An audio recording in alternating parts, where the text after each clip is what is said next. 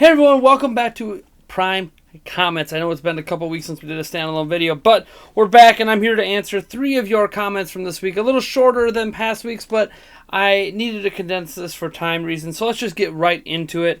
The first comment comes from the breaking news, Switch Pro in 2019, 4K, OMG, Sky is Falling video. Can't tell, there's a little bit of jokiness in there.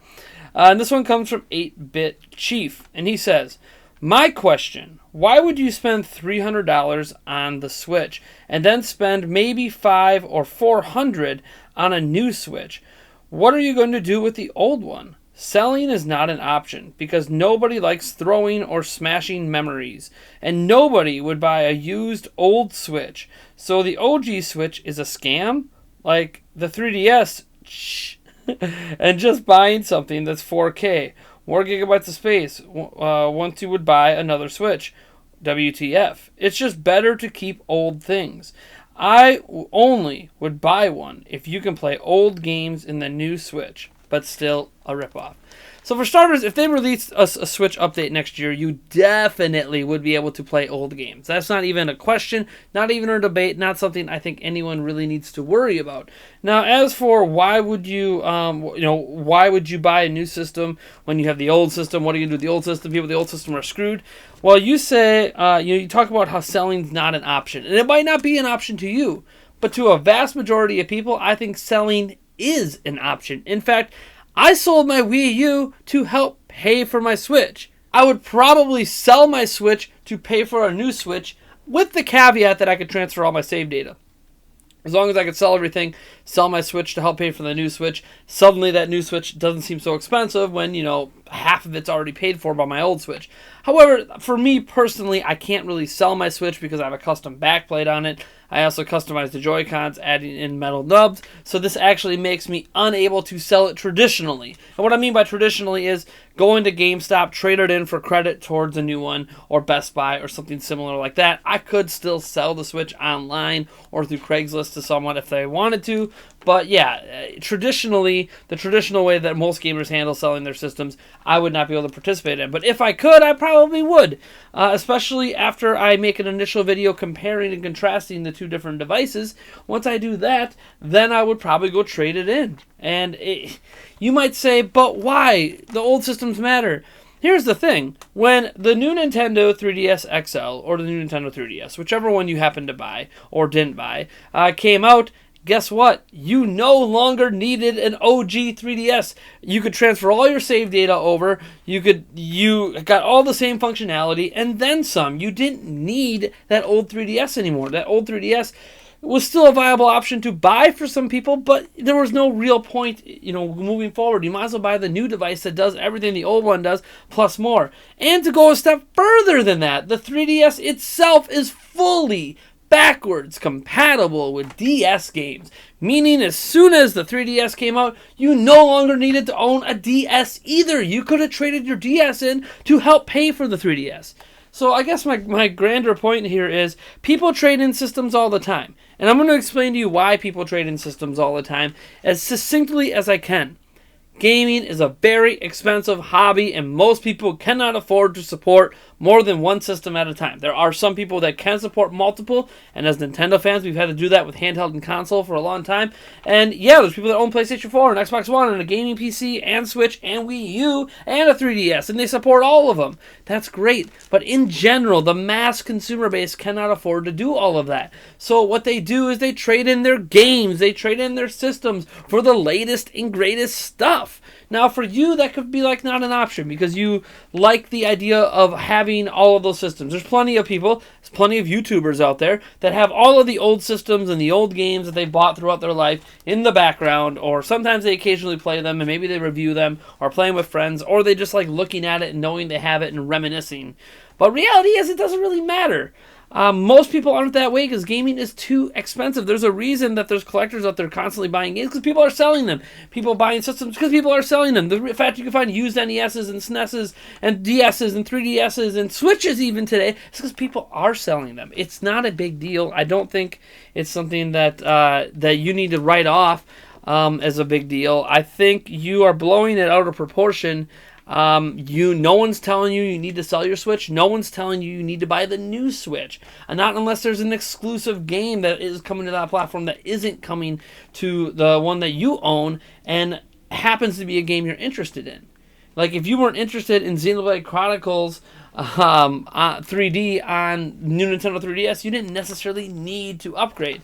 I upgraded because I wanted the increased FPS and the better menu speed and all that. That stuff mattered to me. It might not matter to you. So, yeah, the Switch 4K thing is being overblown. That's not happening. But a Switch revision is going to happen because they did it with 3DS. They did it with DS, for crying out loud. All their handhelds they've been doing revisions with. So, it's coming.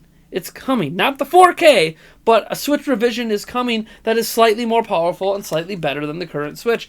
You don't have to buy it. It's okay.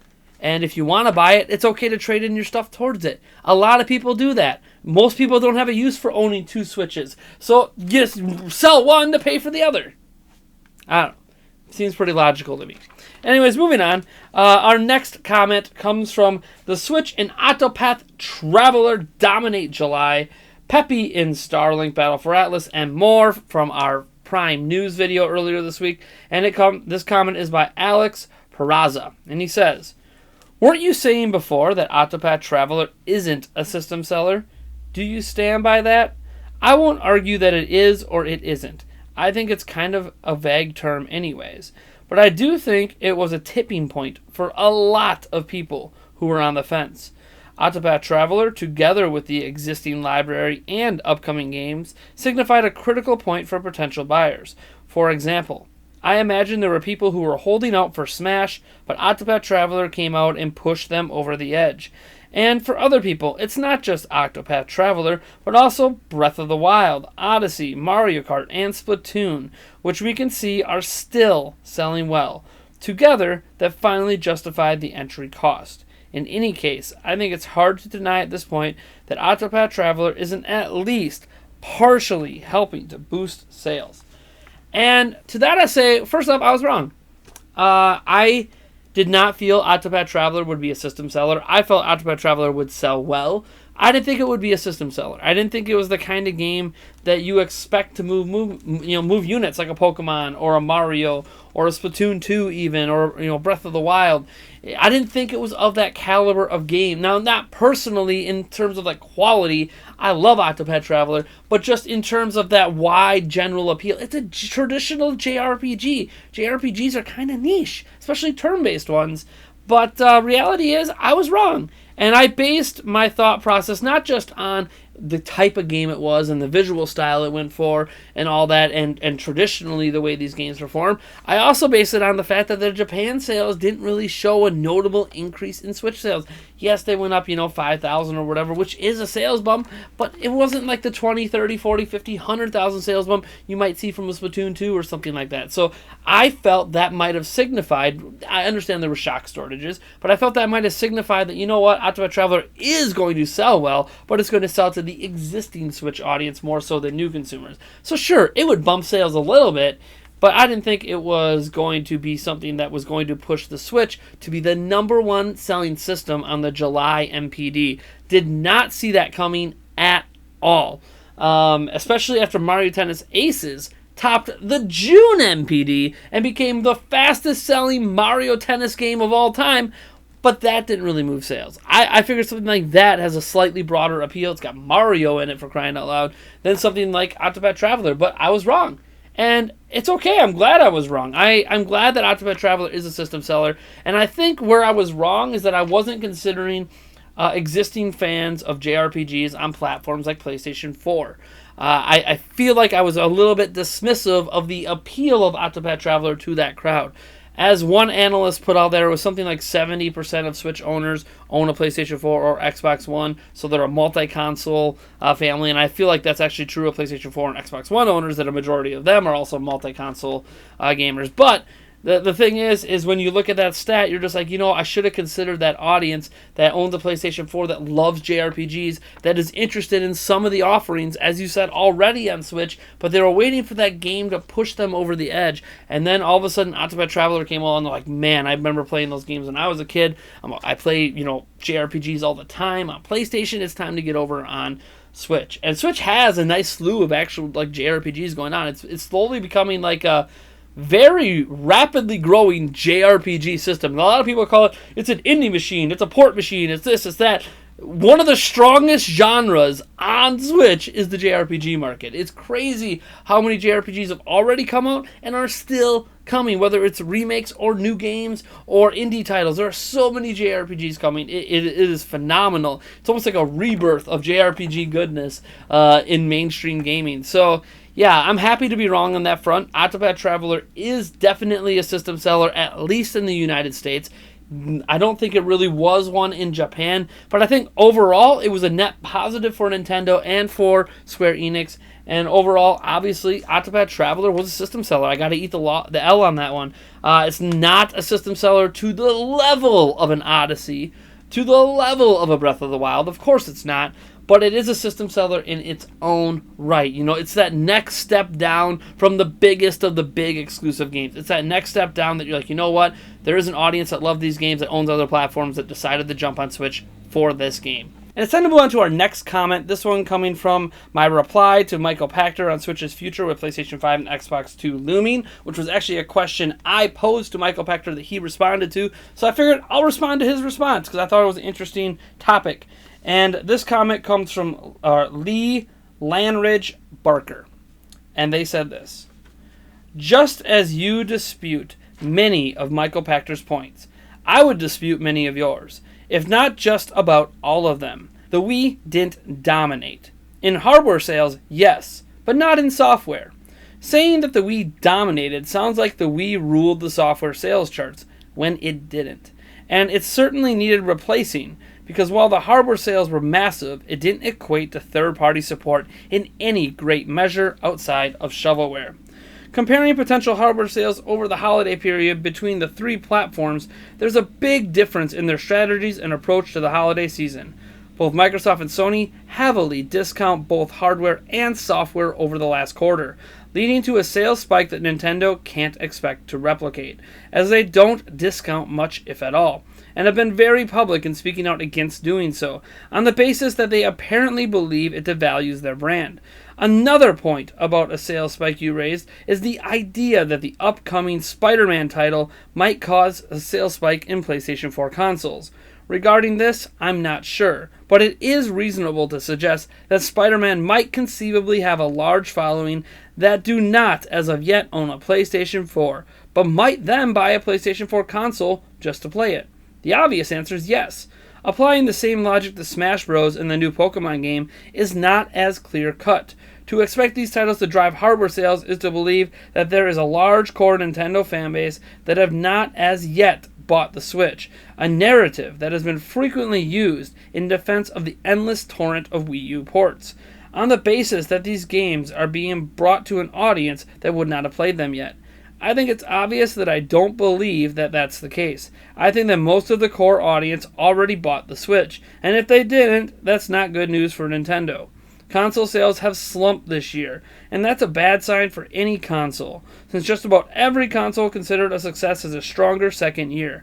The figure for the first year, up to March, was 17.8 million.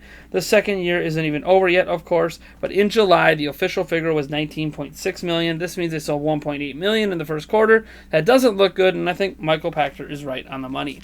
So first off, let me talk about the comments that you made about the previous generation, Wii, Xbox 360, PlayStation 3. I'm going to correct myself a little bit here and say that no, the Wii didn't necessarily dominate in terms of software sales. It did sell more software than any other platform. All other platforms combined, Wii sold like 150 million more units of software than any other platform. However, you do have to combine like Xbox 360 and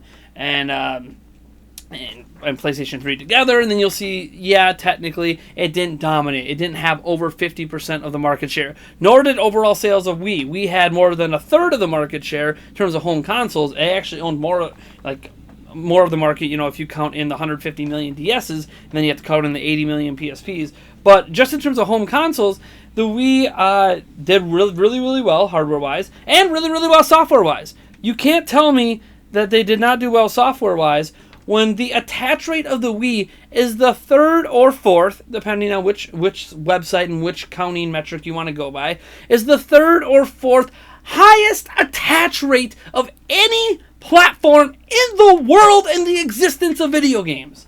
Yes, the Wii had a 9.05 attach rate. You know what that means?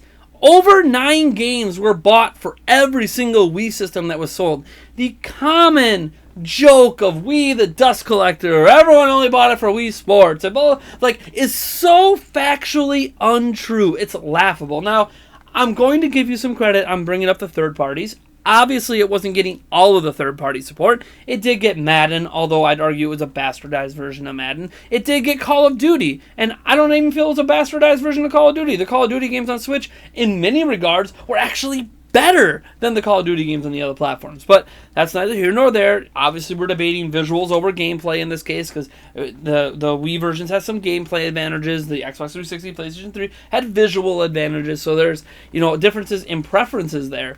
But, I mean, it's still got some good third-party games. And I know this isn't even fully a complete list, and you might argue some of these are ports, and that's fine. You can argue that all you want. Wii was a good platform to get, like, PlayStation 2 games because it's more closer to PlayStation 2 than it was PlayStation 3.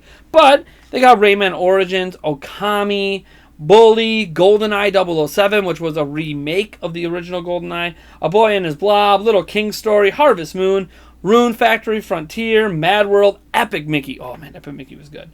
Dragon Quest Swords, Red Steel 2, Silent Hill, Shattered Memories, Sonic Colors, No More Heroes, Zack and Wiki, The Last Story, Muramasa, The Demon Blade, and so many others. That's the tip of the iceberg. Yes, you're not hearing Assassin's Creed. Yes, you're not hearing Fallout. Yes, you're not hearing, The Witcher or something like that. Yes, you're not hearing a lot of massive Western games because the Wii was the platform to get all of the cool and interesting looking Japanese games. Now, you're going to say it didn't have a full Final Fantasy. There were some Final Fantasy games on there, but they weren't really your traditional Final Fantasy games. So I understand that argument. We got like Final Fantasy, I think, Tactics or something, and I think there was another Final Fantasy, Crystal Chronicles, I believe, not nearly as good as the GameCube one in my opinion, but it was more traditional Final Fantasy than it was actually being Crystal Chronicles style, to be honest. But and that I felt like that worked to his detriment.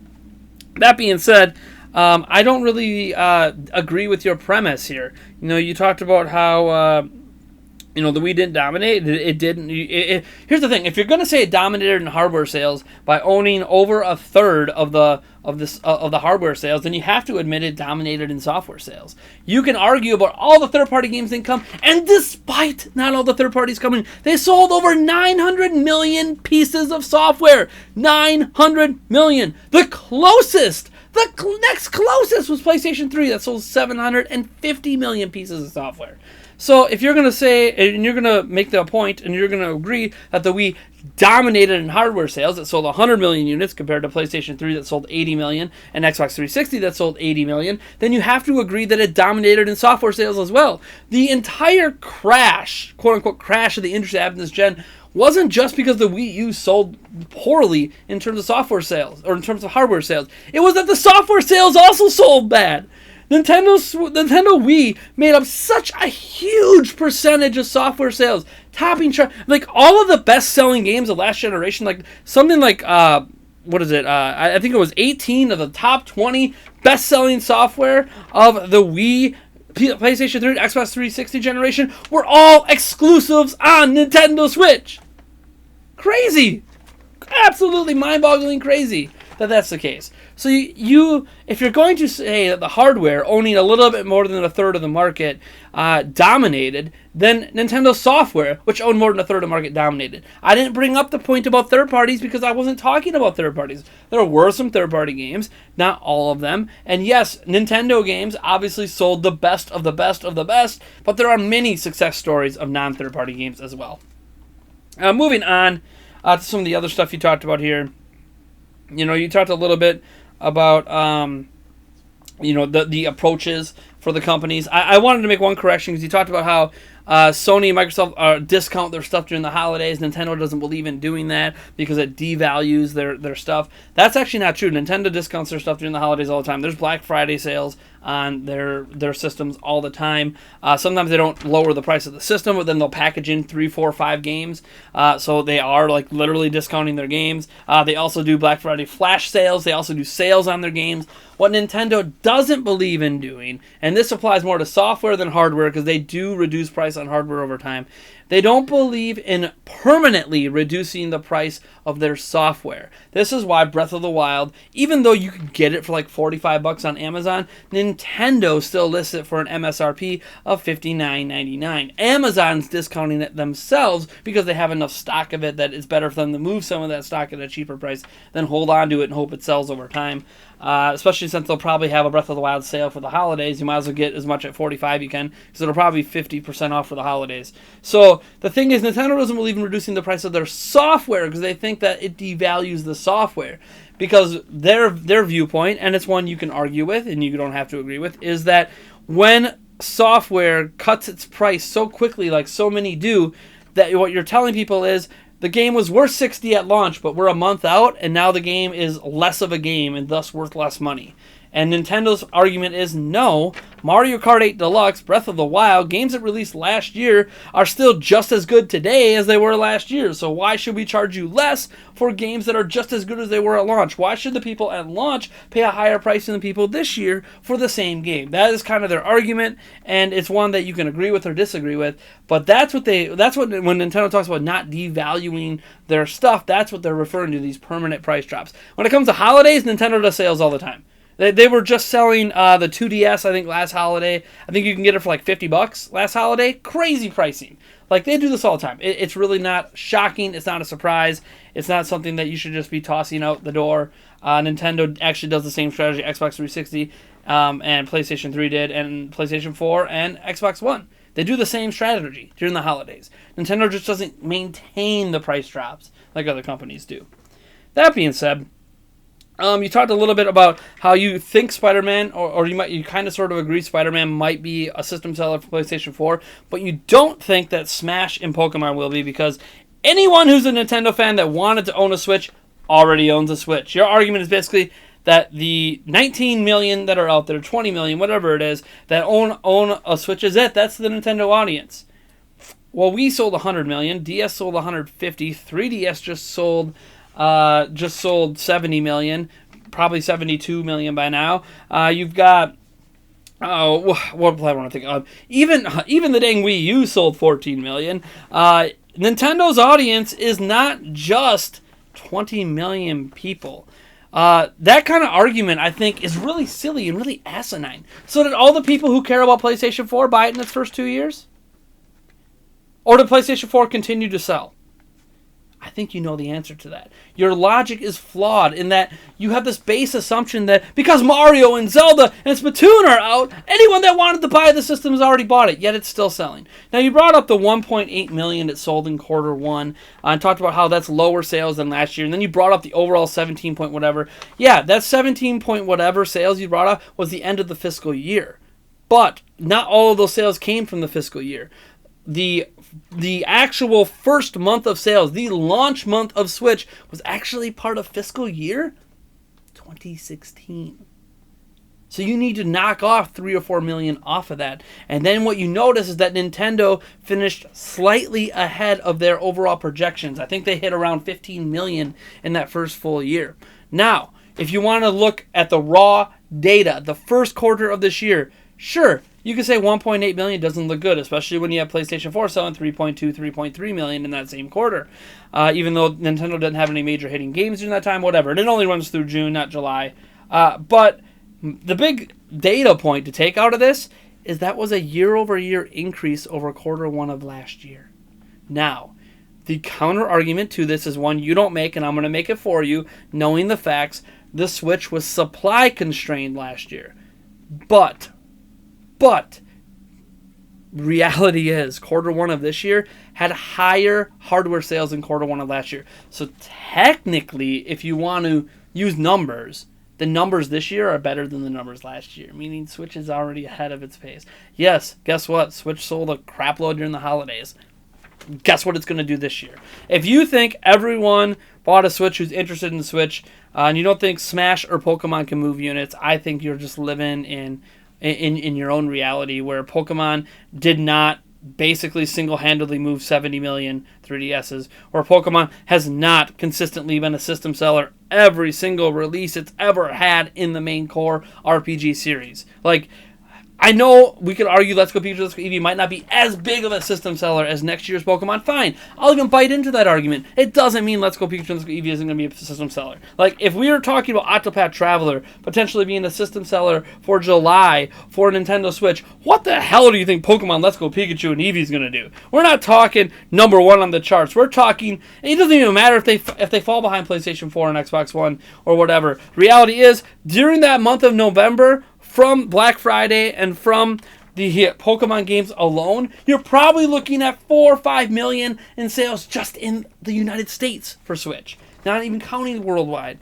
And then we have Smash hitting. And we could talk about how Smash is more of a complementary game, right? One of those popular games that brings all the IPs together. But there's a lot of people that bought a Wii U just for Smash. If you actually looked at when Smash came out on Wii U, it actually saw a nice bump in sales. And that was despite the fact that it also came out on 3DS. The fact this game is only coming on Switch is only going to mean an even bigger boost in sales for Switch. And, by the way, the 3DS version of Smash, which is one of the best-selling versions of Smash ever, the 3DS saw almost a 300% growth in terms of month-over-month sales during the launch month. Yes, Smash and Pokemon are system sellers. I don't even know how that's even a debatable point. It's almost, if you're going to use stats and data, go back and look at the stats of data when Pokemon and Smash games come out, and you're going to notice how wrong you are when it comes to your overall opinion on how you think the stats and the statistics back you up. Because they don't. The stats aren't working in your favor, just like they're not working in Michael Pachter's favor either. You're looking this tunnel vision view of things without considering all of the other factors that are coming into play and have already started to come into play. That being said, I obviously respect your opinion. I think think it's okay. I respect everyone's opinions that were brought up, all the ones I disagreed with. I've read thousands of comments this week, and it's all right to disagree. It's cool. No one has to think that my projections are correct. After all, I was just wrong on Octopath Traveler being a system seller in the U.S., and lo and behold, it was a system seller. So maybe I'll be wrong about other things as well, like Pokemon and Smash being a system seller. I just think it's such an obvious point, I almost don't even need to argue it. But anyways, folks, I'm Nathaniel Rovajans from Nintendo Prime, and if you like this video, you know what to do. And if you dislike the video, hit that dislike button, subscribe for more content, and I'll catch you guys in the next one.